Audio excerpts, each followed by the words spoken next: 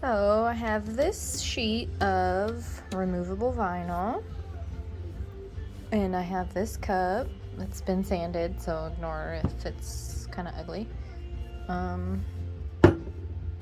Let's see what happens. Let's put them together. Let's do it. Okay, so this is what we got going on. Let's see what else we can do. Here's a little Here's a little preview. Kind of, come on. I just spray painted it, waiting for it to dry. I did the focus me also. I did the power wash method to get some extra razzle dazzle going. And so once this dries, I'm gonna peel off all that vinyl. I hope you didn't think that was the color I was going with. Teal, come on.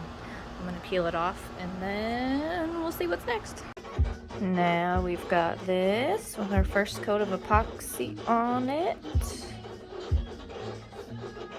Let's see what else we can do. Okay, it is time for epoxy. Let's see what it looks like when it's all done.